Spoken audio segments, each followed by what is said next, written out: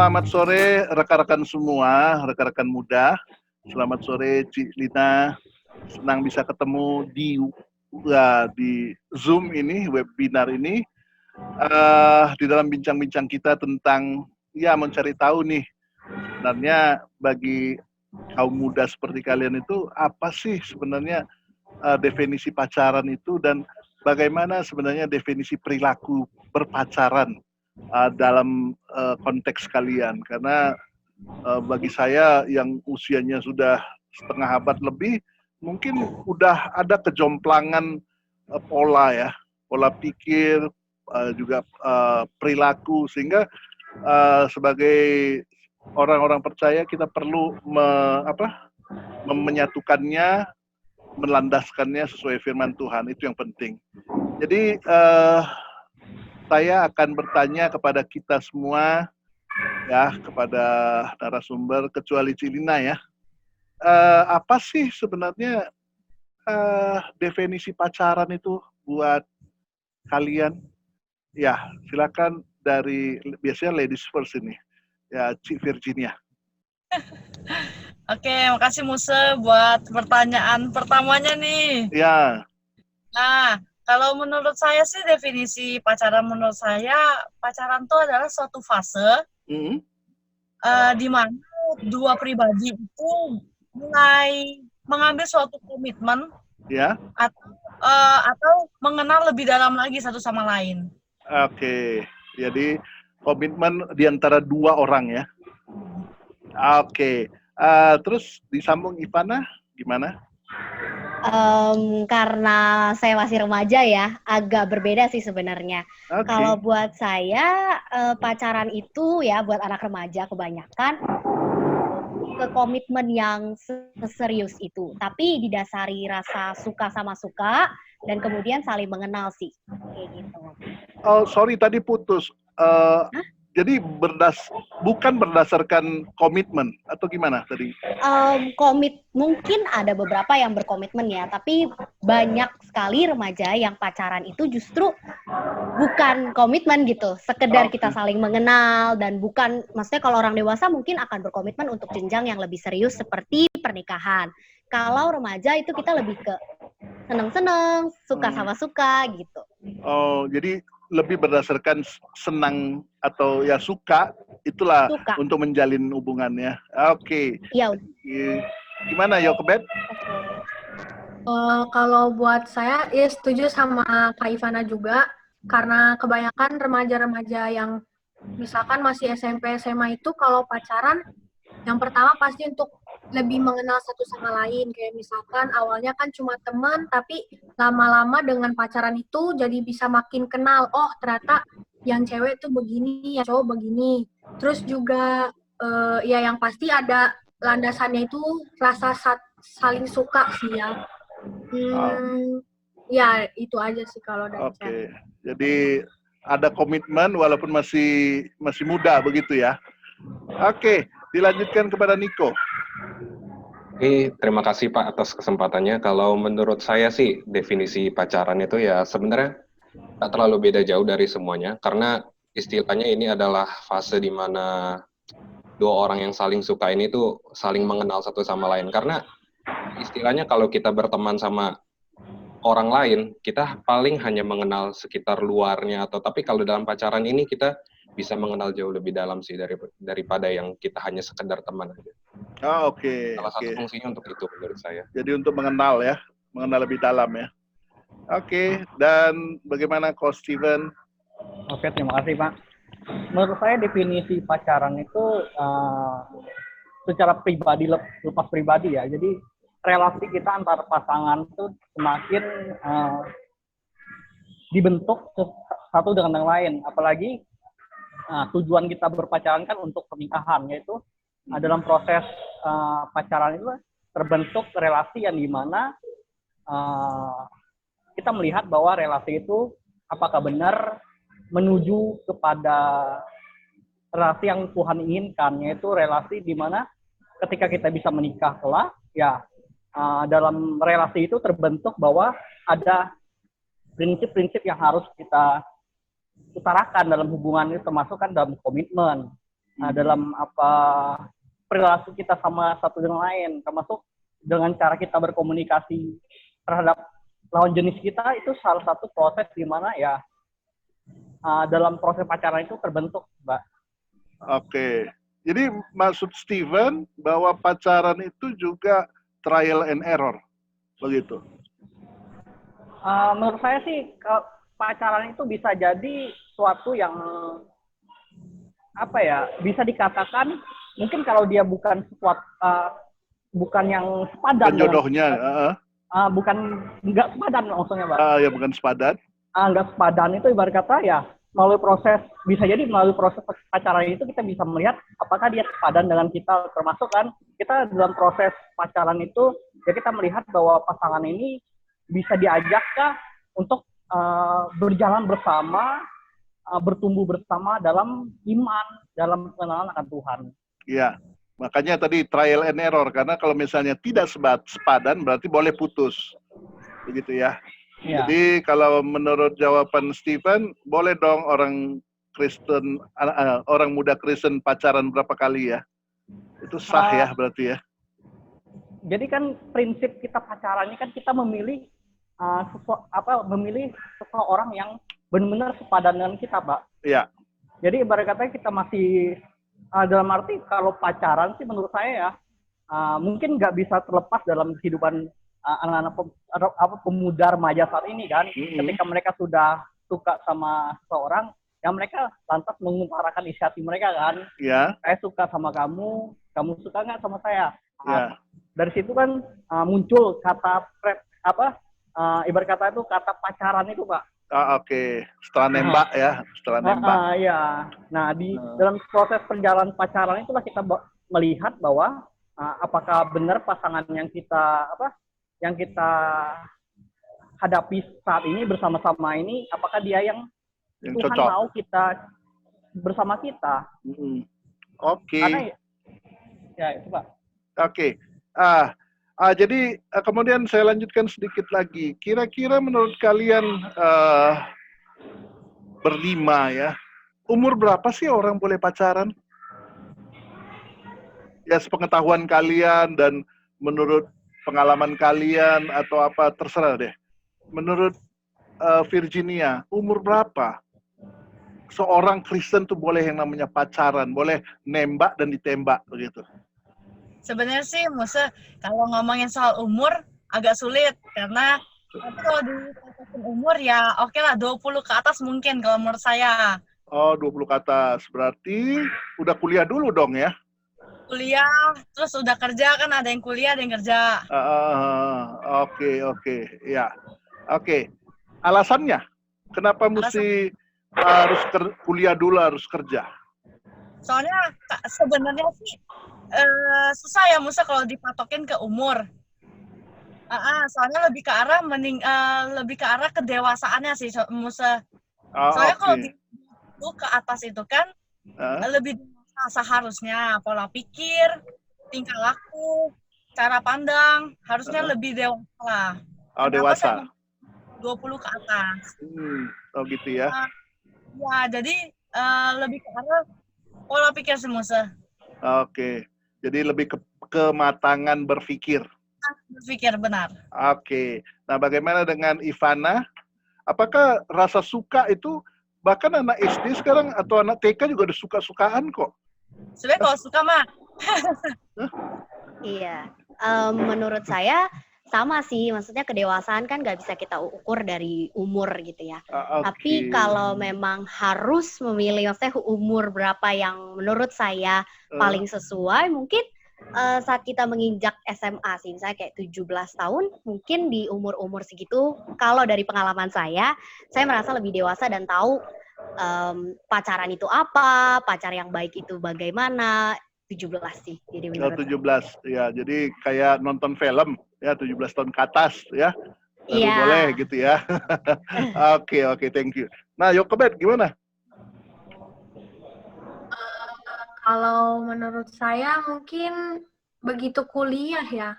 Ya emang nggak bisa dipatokin umurnya pas udah berapa tahun, tapi kalau dilihat-lihat sih kalau orang kuliah mulai pacaran itu bisa lebih baik ya ketimbang dari anak SMP SMA gitu ya. Ya kan tadi kayak yang Ci Virgin bilang itu tadi dari cara pola pikirnya, seenggaknya dari pola pikirnya itu bisa menghasilkan pacaran yang baik gitu loh. Maksudnya kalau memutuskan untuk pacaran bisa lebih boleh kamu terangkan sedikit apa sih pacaran yang baik itu? Soalnya itu pacaran abstrak. yang baik itu apa? Kalau dilihat dari orang-orang lain itu kayak bisa mendukung satu sama lain. Jadi dengan berpacaran kedua belah sisi itu bisa ya diuntungkan gitu sih, tapi dalam hal yang positif. Jadi bukan cuma ya misalkan yang cowok yang untung tapi yang ceweknya merasa dirugikan, jadi kayak gitu. Ya bahasanya agak susah. Oke, ngerti. Ya, silakan Niko. Kalau dari dulu kalau saya dihadapin sama pertanyaan ini, jujur sih saya nggak pernah tahu harus jawab umur berapa gitu. Karena menurut saya, tapi kalau misalnya mau dipatokin umur, menurut saya sih harus umur yang sudah 20 ke atas sih. Karena di umur-umur segitu pada umumnya biasanya kita lebih tahu cara dalam tanda kutip dunia ini bekerja, gimana caranya, apa yang dimaksud sama pacaran yang baik itu, kesiapan kita tentang apa sih definisi pacaran itu menurut kita. Menurut saya sih saat pada umumnya 20 ke atas, saat pola pikir kita udah mulai dewasa. Gampang tanya, sekarang umur kamu berapa? Baru 19 tahun. Oh, berarti tahun depan ya mulai ya. Oke, Coach Steven. Menurut saya sih di range usia untuk pacaran itu ya minimal 23 tahun sih, Pak. Oh, 23 tahun. Ya, saya kemarin-kemarin tuh baca artikel-artikel kan di mana ya fase-fase di umur-umur 17 sampai 20 tahun, di bawah 23 tahun itu fase-fase di mana pribadi-pribadi kita ini sebenarnya mencari siapa sih sebenarnya kita ini. Kita tuh jati diri kita, masih cari jati diri. Iya, ibarat kata penerimaan kita terhadap orang lain dan orang lain terhadap kita masih mencari-cari, Pak. Jadi ibarat kata itu bisa dikatakan kata orang zaman sekarang itu ababil gitu loh. Apa itu ya ababil ya? Ibarat kata tuh kondisinya tuh nggak stabil. Oh, labil. Iya. Labil. Oke, jadi karena labil itu, jadi sedang untuk diri sendiri aja masih belum bisa ngurusin, masa mau ngurusin anak orang gitu ya. Oke, nah bagaimana menurut Cik Lina ini setelah mendengar apa yang mereka terangkan sebelumnya? Ya, aku ada hal-hal yang aku setuju dengan beberapa yang telah teman-teman sampaikan tentang apa sih pacaran itu gitu. Tapi kalau boleh aku tambahin, gini, kadang kita tuh memang jangan membatasi satu definisi akademis banget ya. Jadi ya itu nanti deh, tunggu jam terbang teman-teman, jam terbang. Maksudku kayak misalnya gini. Pada saat kita akhirnya tertarik dengan seseorang yang memang dikenalin gitu ya, baru bertemu lalu kemudian attract secara fisikal, nah itu memang benar-benar saling mengenal sama lain. Tapi kalau kita jadiannya, pacarannya dengan teman sendiri, kejadian kayak saya, jadian sama teman kita udah kenal lama, udah bertahun-tahun, itu bukan saling mengenal lagi karena aku udah tahu dia udah tahu aku, nggak ada. Kemudian kalau aku lebih menambahkan kalau pacaran adalah selain komitmen tentunya, dan juga aku setuju ada pertumbuhan, Bang. Itu kayak semacam apa ya, garis keras lah ya, harus seimbang gitu misalnya. Itu nggak bisa diinin lagi. Kalau masalah fisik itu masalah waktu. Awalnya sih standarnya segini gitu, lama-lama gitu. Kemudian ya selain bertumbuh, aku setuju ada pertumbuhan. Jangan lupa bukan cuma diri sang pasangan ya yang kita, tapi supporting system dia. Ring 1 dia, bahkan ring 2, ring 3. Ring 1 adalah keluarga intinya, papa mamanya, atau mungkin oma yang dia tinggal dari kecil karena dia anak broken home. Teman-temannya itu juga jangan lupa. Karena kadang ada yang pacaran ya udah taunya dia doang, tapi mau misalnya ayo datang ke arisan keluarga gue yang Batak tau lah ya gitu ya. Oh enggak, males gitu. Ketemunya sama amang inang, gue nggak ada teman ngobrol dan sebagainya. Nah itu menurutku jangan begitu teman-teman. Jangan fokus sama dia aja, kemudian kita lupa melihat bagaimana dia justru dari orang-orang lain yang lebih valid sebenarnya. Valid mendukung, oh ternyata memang dia baik. Ternyata memang dia anak pelayanan. Oh ternyata pelit-pelit amat gitu. Pacaran kok kayaknya maunya di warteg mulu, tapi ternyata begitu kita ke rumahnya, he's a tough person ternyata. Ternyata memang dia terbiasa untuk mengatur keuangan sedemikian. Beda dengan misalnya kita yang dilimpahi dengan hal-hal lain. Ya, perbedaan-perbedaan seperti itu. Itu yang aku pengen tambahin sih gitu. Jadi jangan, ya gitu sih Bang. Kalau menurutku. Jadi untuk hal itu apakah juga didukung dengan umur kira-kira? Atau maksudnya enggak? Apa? Misalnya gini, itu kan pengenalan tambah mengenal dengan lingkungan yang lebih luas daripada personnya kan. Pengenalan itu apakah juga boleh saya sebutkan diperlukan kita yang lebih umurnya lebih matang untuk bisa lebih mengerti bahwa dia itu memang dalam lingkungannya dikenal baik apa segala macam, karena banyak sekali orang itu mudah sekali dimanipulasi gitu loh, apalagi ketika ya walaupun nggak matang, mudah sekali orang dimanipulasi begitu loh. Itu gimana? Setuju sih Bang. Makanya tadi Abang pertanyaan kedua ke teman-teman, umur berapa? Ya kebetulan aku kan di Sahabat Anak ya, teman-teman bisa browse sahabatanak.org, itu kita memang aku sama teman-teman pelayanan kampus, PMK, Persekutuan Mahasiswa Kristennya, alumni FISIP UI waktu itu, kemudian kita, sampai sekarang kita juga Bang Ramos, Posma. Ramos. Bang kayak nama beras Bang. Iya.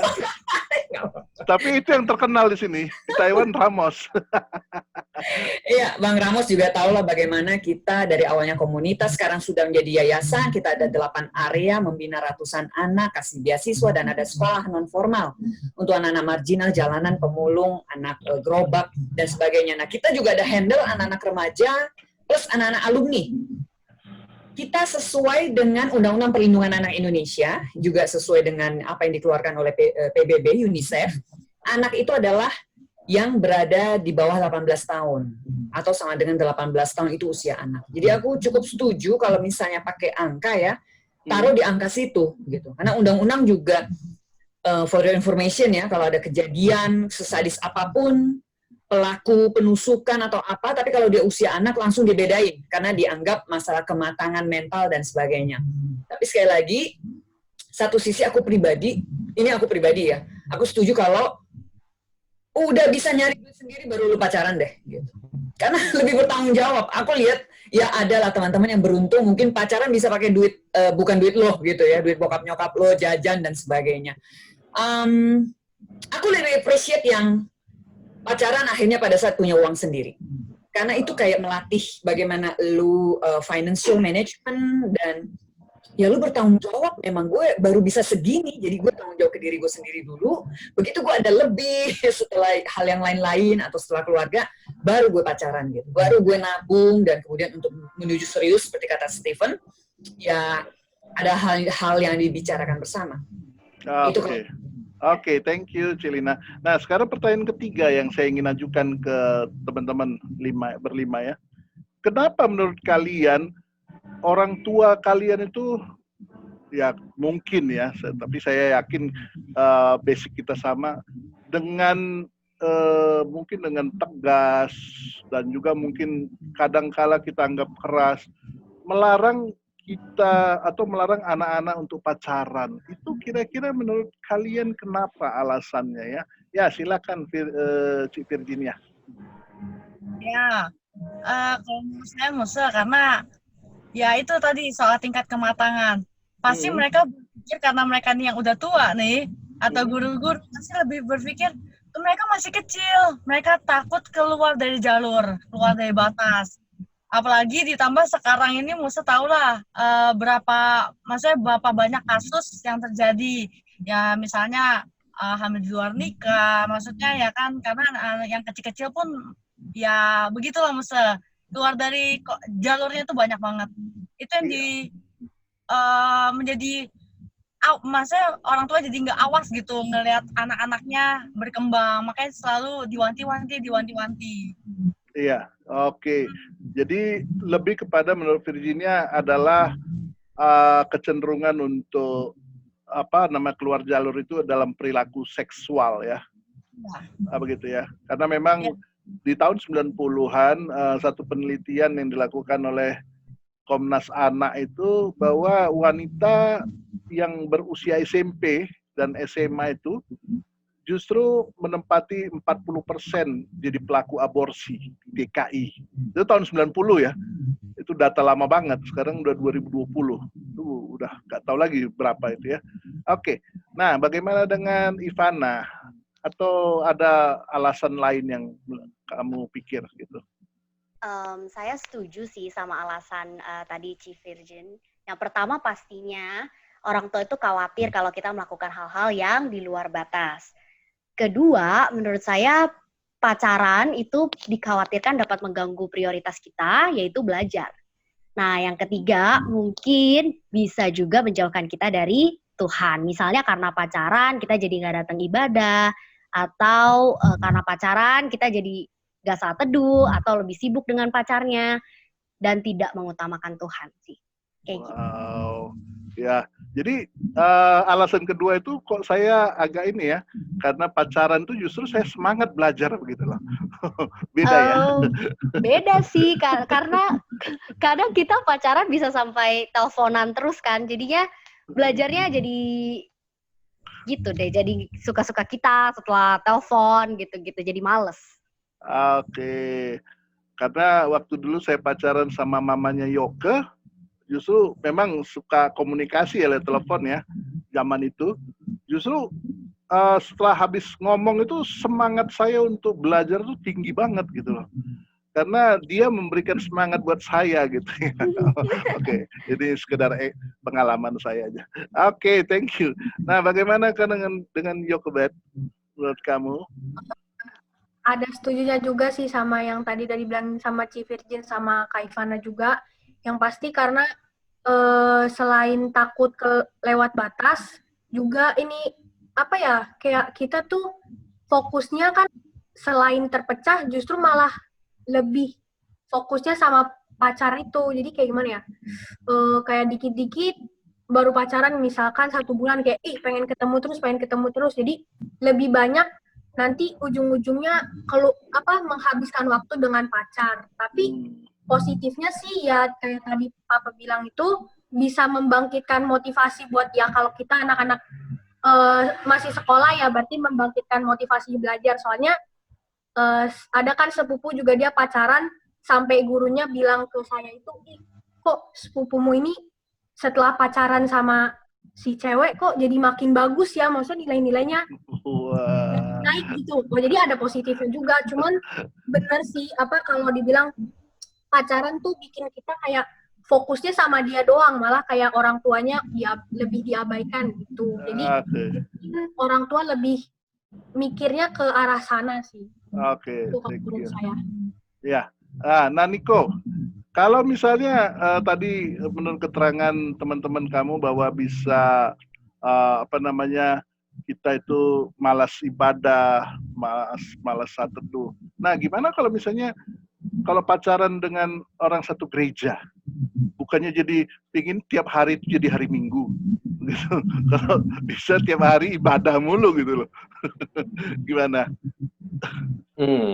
Gimana ya? Sebenarnya jawaban yang saya ingin jawab tuh udah dijawab semua, udah dijelaskan. Jadi kalau menurut saya orang tua itu cenderung seperti tindakan pencegahan lah untuk membatasi kita terhadap hal-hal yang nggak baik-baik itu. Sebenarnya kalau menurut saya pacaran itu kayak pedang bermata dua sih. Kadang bisa membawa kita ya ke hal yang lebih baik, Tapi yang dihindari orang tua sih dan pengajar-pengajar misalnya yang lebih tua dari kita untuk tidak melakukan itu adalah kecenderungan ke hal yang lebih buruknya itu sih yang sudah disebutkan sebelum-sebelumnya. Itu aja jawaban saya. Oke. Nah, bagaimana dengan Coach Steven? Udah punya pengalaman pacaran belum? Apa? Punya pengalaman pacaran? Kok ragu jawabnya ya? Atau nggak kedengaran suara saya? Menurut saya, kenapa orang tua, guru-guru, pembimbing, mungkin hamba-hamba Tuhan tuh bukan melarang ya, ibaratnya dikatakan bukan melarang sih, tapi mencegah ya bisa diartikan ya orang tua juga melihat kan bahwa si anak ini juga belum cukup umur, belum cukup tahu, belum cukup memahami apa itu definisi pacaran itu, Pak. Jadi ya dengan cara mencegah. Jadi ibaratnya tuh proses dalam setiap harinya itu ketika orang tua ini melihat bahwa anaknya cukup matang dalam cara berpikir, dalam cara mereka mengungkapkan sesuatu, mungkin orang tua akan mengizinkan, menurut saya mengizinkan bahwa it's okay kalian pacaran, karena orang tua itu melihat bahwa si anak ini dalam cara dia memandangi sesuatu hal, dalam dia memperlakukan seseorang itu, orang tua juga bisa melihat kan bahwa si anak ini mungkin sudah cukup dewasa untuk bisa memahami apa arti pacaran. Oke, jadi sebenarnya kalau ini orang tua itu atau pembina atau hamba Tuhan itu lebih khawatir kalau kalian tuh lebih salah arah ya dan kehilangan fokus gitu ya. Ya, oke. Nah, bagaimana dengan Cilina kira-kira menurut Cilina? Ya, menurutku tergantung sih Bang, memang setuju sama Steven. Karena kadang aku lihat ada orang tua atau pembina atau hamba Tuhan. Ya kalau ngelihat pasangan itu ya, memang anak-anak baik, anak-anak pelayan, anak-anak yang aktif, ya mereka sih kadang nggak terlalu gimana ngelarang. Tapi kalau tahu bahwa ada salah satu pihak yang memang ya tanda petik lah ya di stigma nggak begitu baik atau nggak terlalu kenal atau memang belum pacaran aja udah pulangnya malam atau susah dihubungi atau nilainya jeblok dan sebagainya, madol, diajak bolos. Nah itu kan wajar sih kalau misalnya ada orang dewasa, saya istilahkan orang dewasa yang melarang atau menegaskan ya tidak atau jangan dulu. Karena aku juga lihat contohnya di ponakanku ya, 2 cowok, 1 abang, 1 adik. Justru abangnya memang yang kita setuju memang belum terlalu mature, masih main aja kerjanya. Tapi adiknya lebih pendiam, lebih dewasa, yang belajar nggak usah disuruh gitu ya. Ya adiknya yang diperbolehkan untuk punya SIM duluan, untuk boleh menyetir, boleh pacaran duluan gitu dan sebagainya. Jadi kembali masalah usia memang bukan patokan, tapi bagaimana ya orang tuanya, sensitivitas orang tuanya lah, insting dia sebagai orang tua juga melihat ya anak yang ini boleh, anak yang ini enggak, atau anak ini boleh, tapi lihat juga yang si pasangan yang sedang dia tuju gitu, atau enggak. Oh gitu ya. Case per case sih Bang kalau kayak gini menurutku. Oke. Tapi at least walaupun case per case kita punya satu benang merah yang bisa kita jadikan standar begitu ya. Apa setuju? Boleh ya? Setuju. Oke. Nah, ini ibaratnya kalian dianggap semua udah punya pacar ya. Dianggap ya. Tadi saya ambil case bahwa sebenarnya pelarangan itu terjadi karena yaitu godaan seksual. Mungkin sekarang lebih itu ya, terang benderang kita sebut godaan seksual. Nah, jika kalian sedang pacaran, ini kita bermain imajinasi ya, tapi ini bisa saja terjadi nanti di hari ke depan. Kalian sedang pacaran, ya berdua gitu, pasti berdua ya, pasti ada waktu berdua. Bagaimana cara kalian jika kalian itu ada godaan seksual gitu loh? Godaan seksual ngerti dong, misalnya apalah kalau untuk anak SMA ya, minta pegang-pegangan tangan mulai ya tuh, terus minta cium pipi, minta cium bibir. Nah, terus ini mulai nih nakal tangannya. Ya, ini kemana-mana ini, udah jadi avanturir nih tangannya nih. Nah, itu bagaimana kira-kira cara kalian, menurut kalian, cara terbaik untuk mencegah hal-hal itu terjadi? Monggo, Kak Virginia. Oke, Musa. Saya sebelum ke arah sana harus tahu dulu yang pertama harus punya pacar yang seiman, Musa. Kenapa? Yang seiman aja bisa jatuh, apalagi yang nggak seiman hitungannya. Iya, betul. Ya. Nah, kalau yang seiman ini seenggaknya, kenapa saya memilih harus tahu yang pertama seiman, supaya kalau seiman itu kan berarti kita tahu sama-sama tahu firman Tuhan. Nah, itu di firman Tuhan kan bilang, jagalah kekudusan. Jagalah. Seenggaknya, ya, tahu poin ini dulu. Seenggaknya satu sama lain itu tahu poin ini. Iya. Nah, yang kedua ya kita harus menghindari. Memang kita tahu kita berdua di waktu di tempat yang bagaimana yang bisa ada godaan itu, usahakan kita menghindari. Oke. Terus? Dan ketiga, kalau dari saya yang ketiga adalah saling mengingatkan, Musa. Itulah kenapa poin yang pertama itu penting, karena ketika satu jatuh, yang satu harus menjaga hitungannya. Begitu ya. Oke. Jadi mestinya seiman dulu ya. Tapi kita juga harus ingat, ya seperti yang kamu bilang, seiman ini justru godaannya dari setan lebih banyak.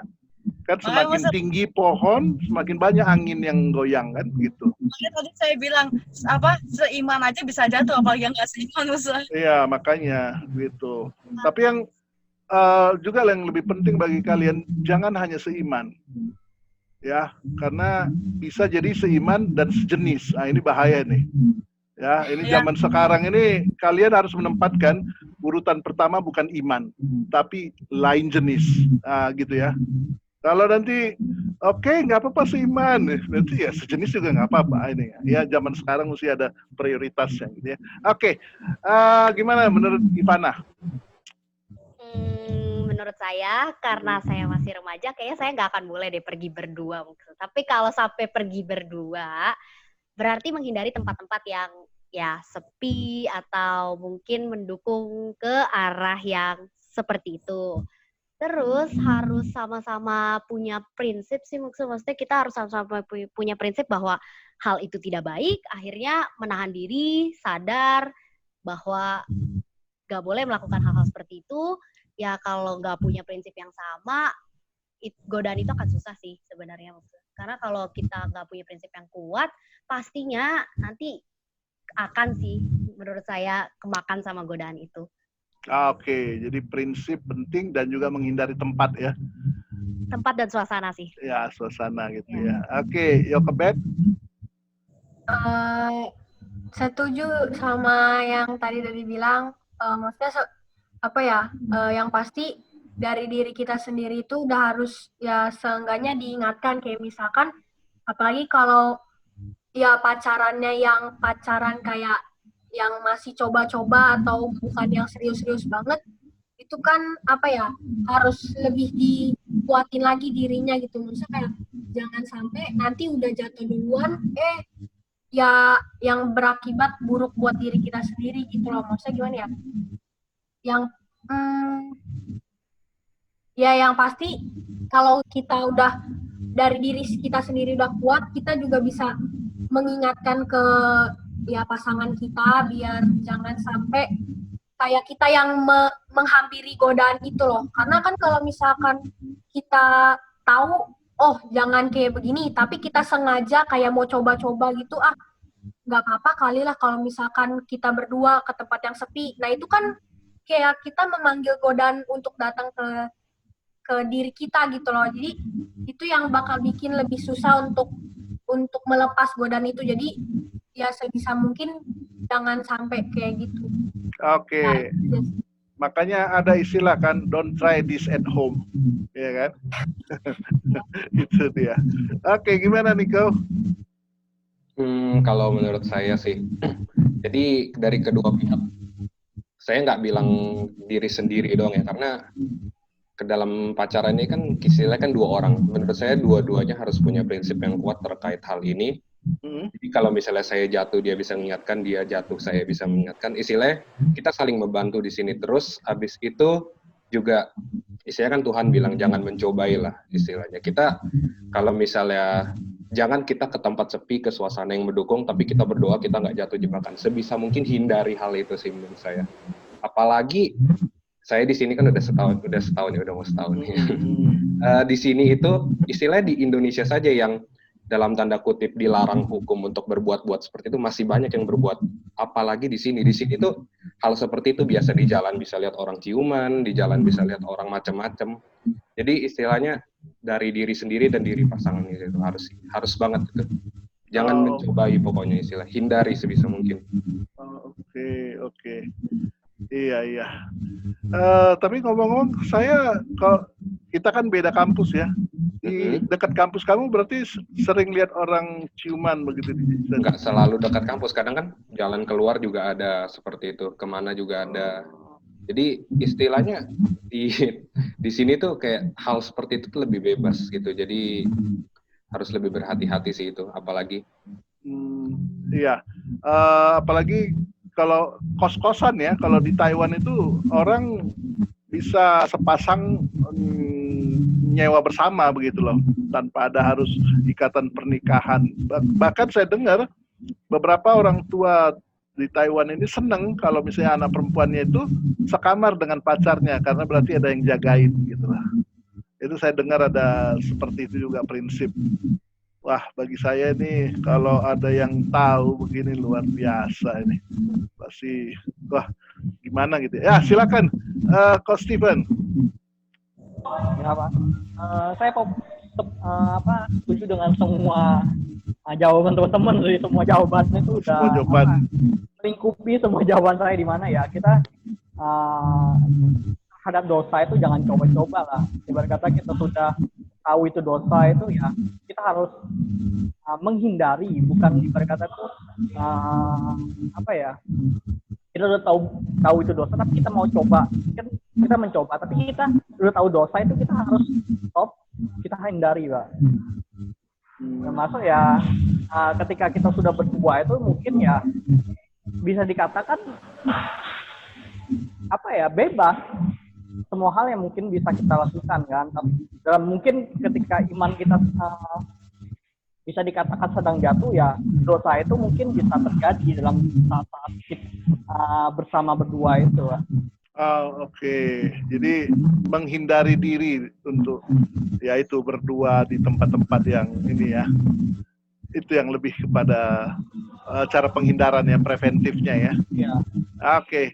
Jadi berarti harus ke mall mulu ini ya pacaran ya, kan ke tempat rame ya. Tapi kalau COVID begini kan nggak boleh ke tempat rame, hindarilah katanya tempat rame. Berarti memang harus di tempat yang sepi gitu. Enggak deh, ini sekedar joke aja. Ya oke. Saya pingin satu lagi hal yang saya pingin tahu. Sebenarnya tadi kalau jatuh dalam dosa itu diawali ketika kita mau menerima seseorang jadi pacar ya. Saya adalah orang yang terkadang lebih suka mengikuti perasaan saya ini. Orang yang lebih moody mungkin ya. Bisa kebayangkan kalau orang yang moody kayak saya lebih kadang mengutamakan perasaan. Perasaan itu bagi kami orang-orang moody adalah sesuatu yang bisa menguasai ini kami, bahkan pikiran kami. Nah, bisa kebayang ketika jatuh cinta, ya bisa senang pada seseorang, ya itu kan juga mengakibatkan adrenalin kita itu kan juga semakin bergelora lah gitu ya, yang makin membuat kita ayo dong terima aja, buat falling in love sama kamu. Itu bagaimana sih sebenarnya untuk mengatakan tidak? bagi orang-orang yang seperti yang sedang moody, sedang adrenalinnya sedang terpicu gitu, untuk mengatakan tidak berpacaran. Silakan Cik Lina.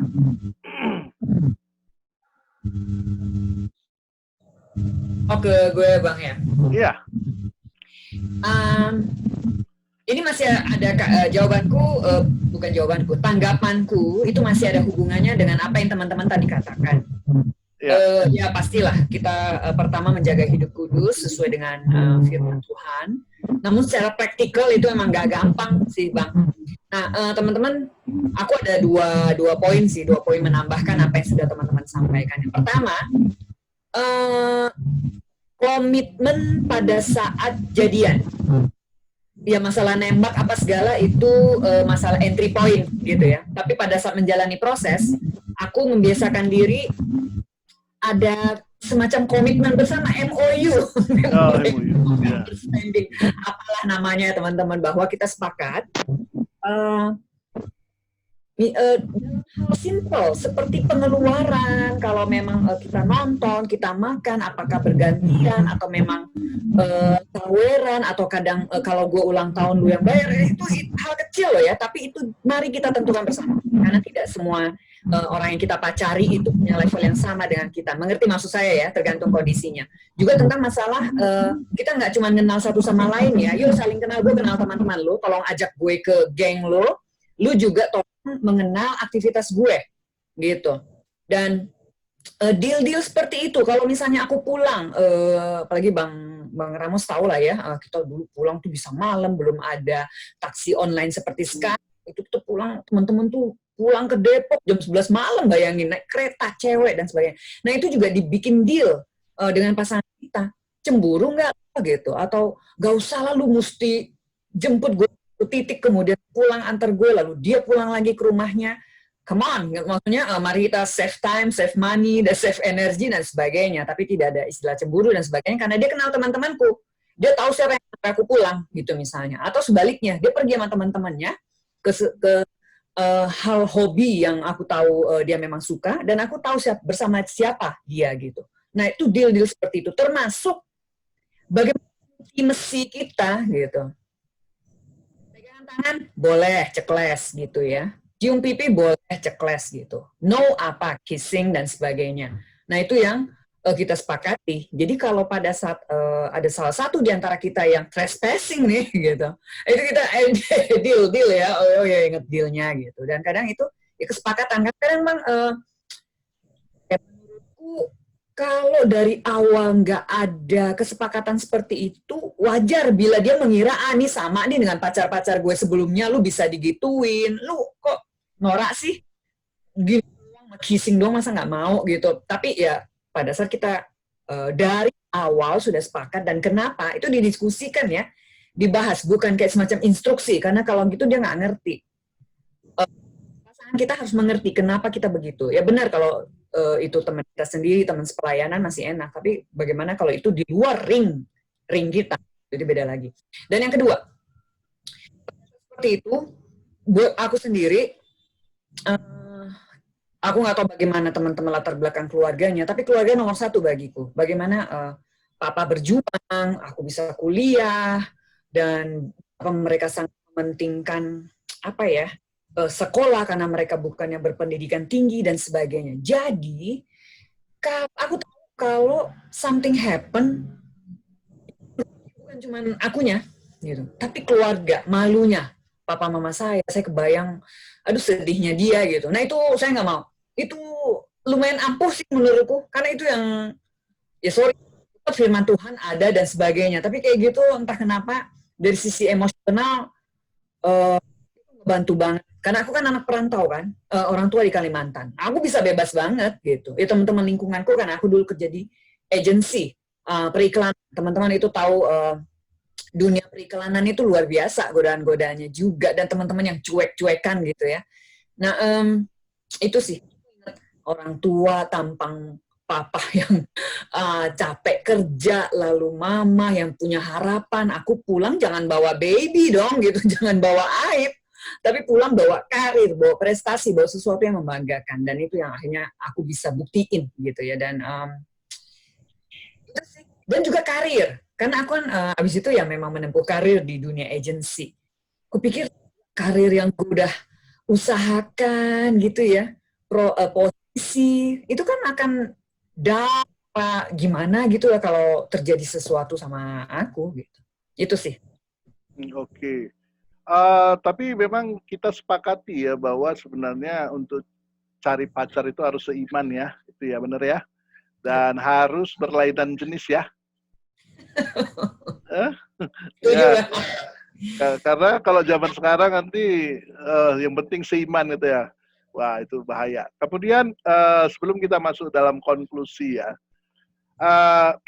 saya teringat dengan satu khotbah Pendeta Gilbert Lumoindong. Waktu itu dia khotbah soal pacaran gitu ya.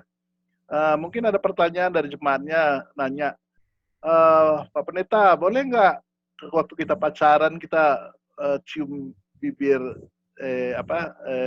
pacar kita? Jawaban dia cukup menarik bagi saya. Karena apa? Dia tidak bilang tidak bilang iya. Cuman dia mengatakan begini jawabannya. Kalau kamu mau mencium bibir, mencium pasangan kamu, pacar kamu, itu coba tanya dulu sama papanya, dibolehkan nggak? Gitulah. Jadi kalau papanya bilang monggo, ya sudah, ya cium saja. Tapi kebanyakan kalau orang tua pasti bilang apa? Tampol kita kan, gitu ya. Jadi artinya benar bahwa yang dia maksud itu adalah kita itu perlu satu kayak menara pengawas ya, kayak mercusuar atau satu batu penjuru yang membuat kita itu selalu ngelihat ke situ, sama seperti tadi Cik Lina katakan bahwa ada gambaran tentang orang tua, tentang pengorbanan mereka, tentang harapan mereka itu kadang memang sangat kuat ya, bareng dengan firman Tuhan begitu. Jadi silakan teman-teman nanti bagaimana untuk membuat itu batu penjuru atau mercusuar atau pengingat gitu ya dalam hidupmu supaya perilaku pacarannya itu akan lebih bagus begitu. Tapi di dalam sebelum akhir ini saya mau minta kalimat penutup ya dari masing-masing. Boleh ya kalimat penutup. Sekarang dimulai dari Ko Stephen. Apa kalimat penutup Anda di dalam bincang-bincang ini? Saya akan memberi sedikit step-step sih Pak untuk kepribadian saya sendiri. Saya coba menerapkan itu dan saya pengen sharing ke teman-teman ya. Jadi ketika kita mengenal sesuatu, kita step by step untuk pacaran itu kita seperti saya pernah dengar khotbahnya Pak Yuzo, dosen STTRI, dia bilang itu ada 5 step yang mesti kita tanamkan dalam pikiran kita, hati kita, yaitu pertama itu kita ketika pengen memulai mengenal seorang itu kita harus banyak relasi dulu Pak. Relasi ibarat kata itu kita kumpul koleksi teman-teman yang menurut kita bisa kita deketin, bisa kita ajak ngobrol, koleksi dulu banyak-banyak relasi kita. Apalagi ketika masa kita masih remaja kan, kita perbanyak dulu berteman, relasi kita mungkin dalam gereja, nggak terkecuali dalam kampus, dalam lingkungan, dalam lingkup masyarakat, kita perbanyak relasi dulu. Nah, setelah ada relasi, baru nih kita pilih seleksi siapa yang dari banyak orang itu pilih beberapa yang bisa kita deketin, maksudnya bisa kita ajak ngobrol lebih dalam lagi. Nah, selesai dari situ barulah kita di dalam dunia politik dikatakan desisi Pak. Desisi ini ibarat kata itu ungkapan terakhir bahwa saya memilih kamu untuk ke tahap selanjutnya. Ketika kita sudah banyak relasi ini, kita sudah memilih beberapa orang, nah kita pilih satu orang ini. Ketika desisi itu berjalan, masuk dalam proses, kita evaluasi bahwa benar nggak sebenarnya dia ini sepadan dengan saya, yang saya katakan sepadan kan, jadi sepadan nggak sama kita, ibarat kata tuh dia memberi dampak pada saya dan saya juga bisa berdampak bagi dia, dan juga kita tanamkan dalam pikiran kita bahwa dalam proses kita mengenal satu dengan lain itu membawa kita semakin dekat kepada Tuhan. Nah, selesai itu kan muncul evolusi itu ketika kita tahap pernikahan itu, bahwa dalam tahap pernikahan saya ambil kata Pak Yuzoli, defusi, Pak. Defusi ini pemahamannya bahwa seperti evolusi itu, bahwa tujuan kita dalam menikah, sudah dalam tahap menikah ini, ya kita mungkin ada bentrok segala macam, ada cekcok apa segala macam, tapi penyelesaiannya gimana membuat hubungan kita ini semakin seperti yang Tuhan mau gitu, Pak. Oke. Ya, oke. Ada 5 step. Step tadi ya. Oke, thank you. Sekarang Ci Virginia. Ya, masa penutupnya sih bahwa segala sesuatu didasari di dalam Tuhan pasti indah. Maksudnya, jadi ketika kita memang semakin memiliki hubungan yang dekat dengan Tuhan, pasti kita tahu batasan-batasan yang harus kita lakukan. Nah, Oke. khususnya kan dalam pacaran konteksnya nih, Musa. Ya, ngerti. Nah, terus kalau dari saya pribadi, sebelum tahap pacaran lebih baik ambil tahap close friend. Close friend itu atas teman, tapi belum pacaran. Jadi di dalam kita tetap bisa berteman sebanyak-banyaknya, tapi kita semakin lebih kenal. Jadi, nah, ketika kita udah yakin dengan dia, baru ambil tahap komitmen, itu pacaran. Oke. Ya. Pacaran lebih serius lagi. 3 tahap berarti ya? Iya. Terus seenggaknya apapun pokoknya yang dilakukan tetap minta pimpinan Tuhan. Tetap bahwa itulah yang terbaik kayak gitu. Oke. Tapi kalau jawaban Tuhan belum dapat, berarti nggak usah pacaran dulu lah ya? Kayaknya gitu deh.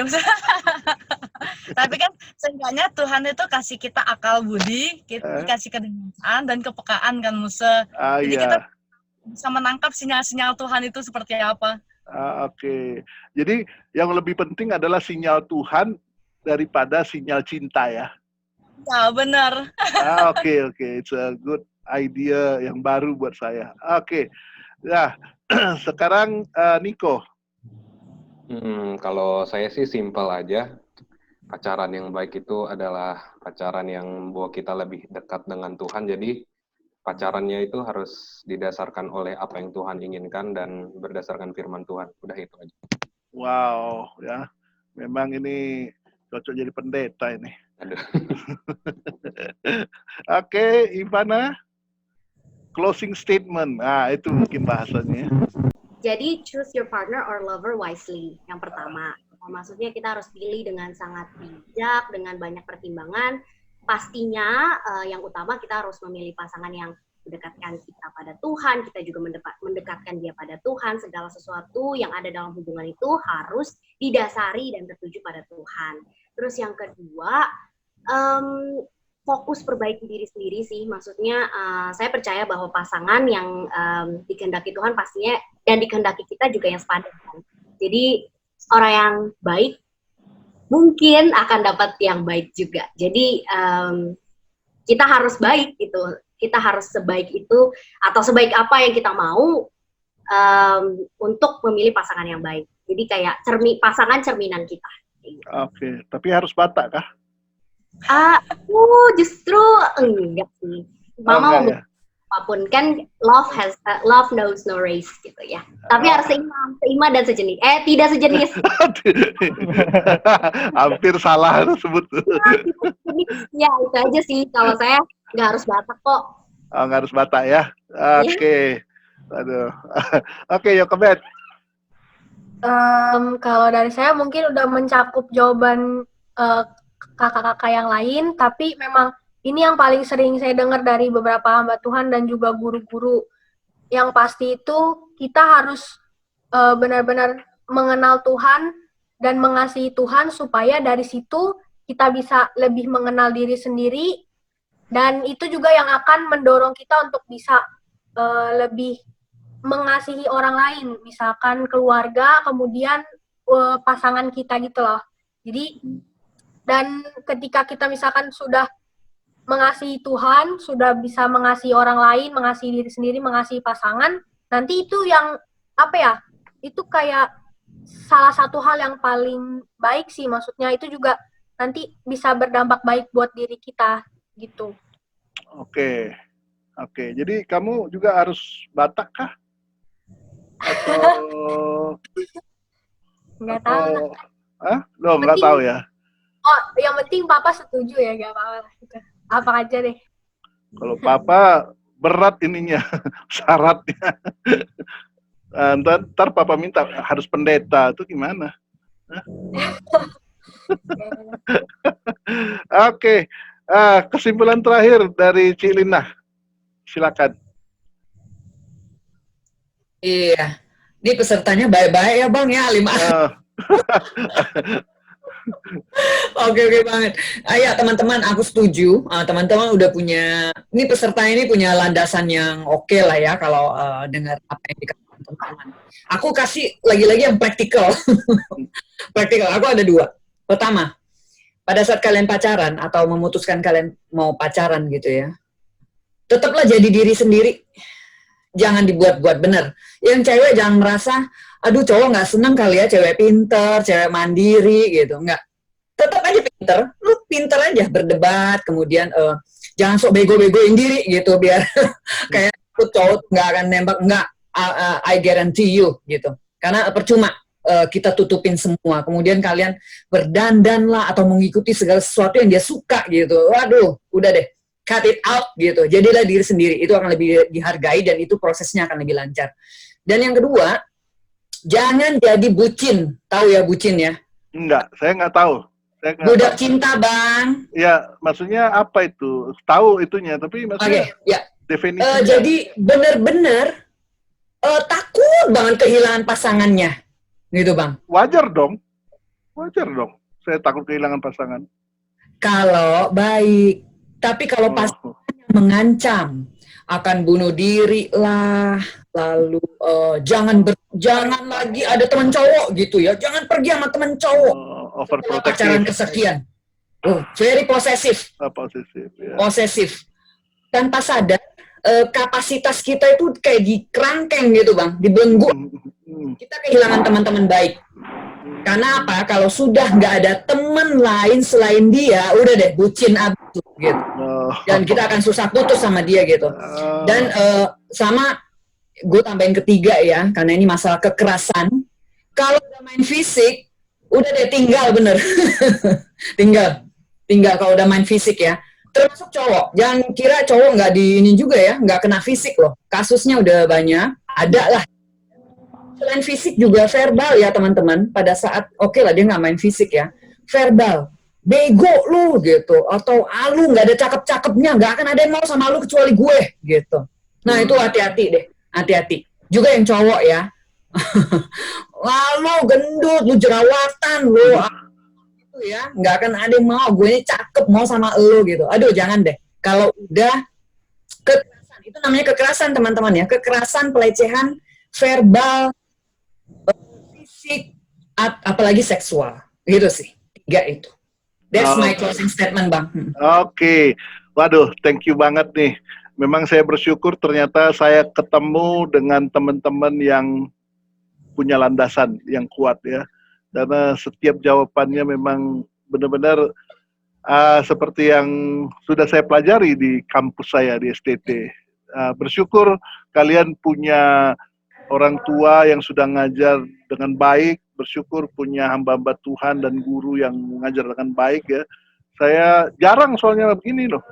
Karena yang saya harapkan tadi ada yang, ya saya nggak harapkan kalian, tapi mengharapkan ada suatu pengalaman yang melenceng sehingga itu juga menjadi satu bahasan yang cukup enak untuk didiskusikan. Tapi anyway, terima kasih untuk waktunya. Ya, terima kasih teman-teman ya.